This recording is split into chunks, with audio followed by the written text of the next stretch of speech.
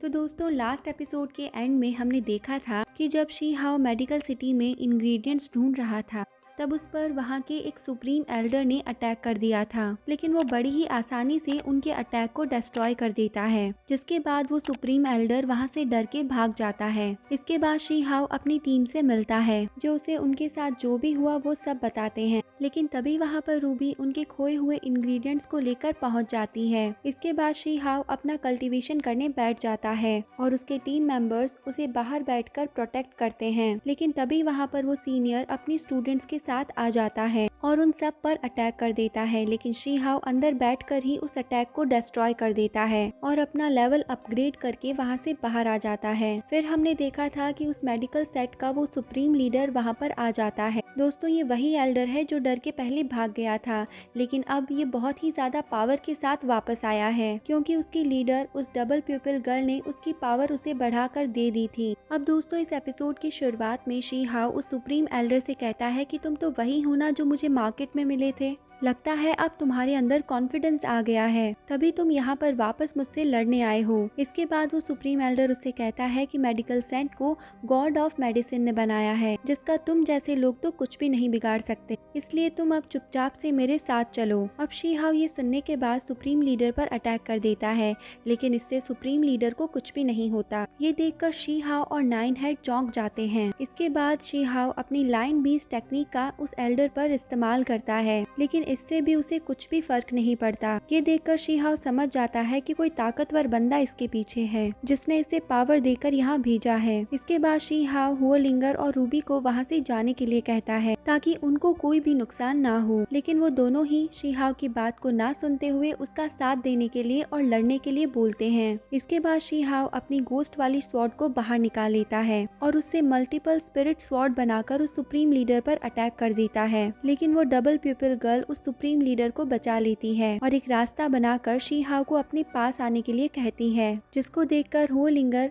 She हाओ को वहां जाने से मना करती है। लेकिन शी हाओ जानना चाहता था कि इतनी स्ट्रॉन्ग लड़की आखिर है कौन और वो उससे क्या चाहती है, इसलिए शी हाओ उस रास्ते पर चला जाता है और डबल वुल टेम्पल में आ पहुंचता है। यहाँ पर वो उस डबल प्यूपिल गर्ल को देखकर हैरान रह जाता है और मन ही मन में सोचता है कि ये कितनी खूबसूरत है, इसका हस्बैंड बहुत ही किस्मत वाला होगा। इसके बाद वो डबल प्यूपिल गर्ल शी हाओ से कहती है कि तुम क्या उल्टा सीधा ही सोचते रहते हो। ये सुनने के बाद शी हाओ हैरान रह जाता है कि ये तो माइंड को भी रीड कर सकती है। जिसके बाद डबल प्यूपिल गर्ल शी हाओ से कहती है कि मैं हमेशा माइंड को रीड नहीं करती, वो तो बस तुम मुझे थोड़े से इंटरेस्टिंग लगे, इसीलिए मैंने तुम्हारा माइंड रीड कर लिया। इसके बाद वो डबल प्यूपिल गर्ल शी हाओ की स्वॉर्ड को देखते हुए कहती है कि इस स्वॉर्ड के मालिक को मैं जानती हूँ, उसने एक बार मेरी मदद की थी, इसीलिए मैं तुम्हें कुछ भी नहीं कहूंगी, लेकिन इस तलवार की चमक कहीं पर खो चुकी है, लेकिन मैं होप करती हूँ कि इस तलवार की चमक फिर से लौट आएगी। इसके बाद शी हाओ उससे पूछता है कि तुम उस गोस्ट स्पिरिट को कैसे जानती हो जिसकी ये तलवार है। जिसके बाद डबल प्यूपिल गर्ल उससे बोलती है कि तुम्हें ये सब छोड़कर आने वाली अनहोनी पर ध्यान देना चाहिए, क्योंकि मुझे तुम मेरे जैसे ही लगते हो, इसीलिए अभी तुम यहाँ से जा सकते हो, लेकिन याद रखना अभी भी तुम्हारा डबल प्यूपिल के साथ रियल बैटल बाकी है, इसीलिए जाओ वापस जाके खुद को ट्रेन करो।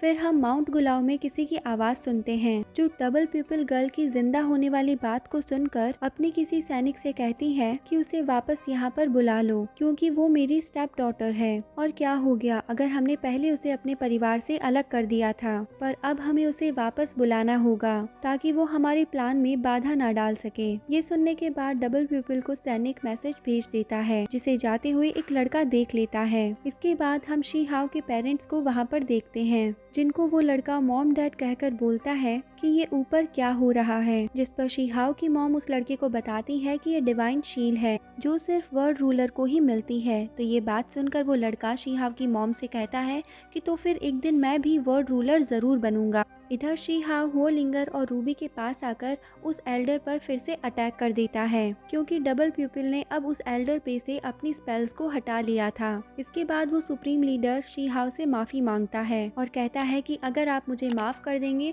तो मैं आपको खास ट्रेजर दूंगा। जिस पर शी हाओ कहता है कि कैसा ट्रेजर। तो वो एल्डर कुछ प्लांट ट्रेजर्स को बाहर निकाल कर शी हाओ को दिखाता है जो बहुत ही रेयर थे। जिनको देखकर शिहाव कहता है कि ये तो तुम्हारी जान के बदले बहुत ही कम है। इसके बाद वो सुप्रीम लीडर बताता है कि मैंने ये पढ़ा है कि पुराने समय में गॉड ऑफ मेडिसिन किसी बटरफ्लाई को ढूंढ रहे थे जो बहुत ही रेयर होती है। जहाँ बहुत ढूंढने के बाद उन्हें एक बटरफ्लाई का लार्वा मिल गया था, लेकिन फिर वो मेडिसिन गॉड मर गए थे और माना जाता है कि उस बटरफ्लाई का वो लार्वा अभी भी डिवाइन मेडिसिन में सील है। अब शी हाउ उसे वहाँ का पता पूछता है, जिसके बाद सुप्रीम एल्डर एक बॉक्स को बाहर निकालता है, जिसको देखकर नाइन हेडेड बताता है कि ये बॉक्स तो पुराने समय में ट्रेजर्स को रखने के लिए यूज किया जाता था। जिस पर सुप्रीम लीडर ये भी बताता है कि ये बॉक्स तो उस बॉक्स का हाफ पार्ट है और अगर हम इस बॉक्स का दूसरा पार्ट ढूंढ ले तो हमें वो बटरफ्लाई भी मिल जाएगी। ये सुनने के बाद शी हाउ पूछता है कि इस बॉक्स का वो दूसरा पार्ट है कहाँ पे, जिसके बाद वो सुप्रीम लीडर शी हाउ और बाकी के सभी लोगों को वैली ऑफ गॉड्स में ले आता है और उसके अंदर जाते हुए उन सभी को बताता है कि उस गॉड ने इस बॉक्स का आधा हिस्सा अपने बेटे को दे दिया था, जो यहीं पर आकर कहीं पर मर गया था। इसके बाद उन लोगों को उस वैली में जाते हुए कई फॉर्मेशन दिखाई देती है, जहाँ पर 2 फॉर्मेशन को क्रॉस करने के बाद वो सुप्रीम लीडर उन सभी को बताता है कि उस गॉड के बेटे ने पीछे के 2 फॉर्मेशन के ट्रैप्स को डिस्ट्रॉय कर दिया था, लेकिन अब हमें आगे के फॉर्मेशन खुले हुए नहीं मिलेंगे, इसीलिए आगे हमें संभल कर चलना होगा। साथ ही उस गॉड के बेटे का स्केलेटन भी यहीं कहीं होगा। तभी वो लोग उसके स्केलेटन को देख लेते हैं, जिसके हाथ में उस ब्रॉन्ज बॉक्स का दूसरा पार्ट था। ये देखकर वो रेड बर्ड उस बॉक्स के पार्ट को लेने के लिए जाता है, लेकिन उसे टच करते ही उसकी बॉडी जलने लगती है, लेकिन सही समय पर शी हाउ उसे बचा लेता है। इसके बाद उन सभी के आसपास एक तीसरा फॉर्मेशन बन जाता है, जिसे देखकर वो सुप्रीम लीडर कहता है कि अगर हम इस फॉर्मेशन के बाहर गए तो हम राख में बदल जाएंगे। तो शी हाउ उससे पूछता है कि तुमने ये बात मुझे पहले क्यों नहीं बताई, जिस पर वो सुप्रीम लीडर कहता है कि मेरा ध्यान कहीं और था। लेकिन दोस्तों, असलियत में वो सुप्रीम लीडर इन सभी को यहाँ पर फंसाना चाहता था। अब वो सुप्रीम लीडर अपने एक स्टूडेंट को एक फॉर्मेशन में ट्रैप करके उस बॉक्स को लेने के लिए बाहर भेजता है, लेकिन उस सुप्रीम लीडर की शील्ड टूट जाती है, जिसके बाद वो स्टूडेंट राख में बदल जाता है। ये देखकर वो रेड बर्ड सुप्रीम लीडर से कहता है कि तुमने तो अपने स्टूडेंट को ही मार दिया, जिस पर सुप्रीम लीडर कहता है कि मैं तो बस आप लोगों की मदद कर रहा था, पर मुझे नहीं पता था कि मेरी शील्ड इतनी कमजोर पड़ जाएगी। अब रूबी उसके सेकंड पार्ट को देखकर कहती है कि हो सकता है कि फर्स्ट पार्ट की मदद से हम उस सेकंड पार्ट को खींच सकें। ये सुनने के बाद शी हाउ ऐसा ही करने की कोशिश करता है, लेकिन ऐसा करने से वो पार्ट भी उनके फॉर्मेशन से बाहर चला जाता है। ये देखने के बाद शी हाउ कहता है कि लगता है अब हम कुछ भी नहीं कर सकते। इसके बाद वो सब अपने ऊपर चमकती हुई ग्रीन रोशनी देखते हैं, जिसे देखने के बाद शी हाउ कहता है कि फॉर्मेशन तो हमारी एनर्जी ही हमारे अंदर से खींच रहा है।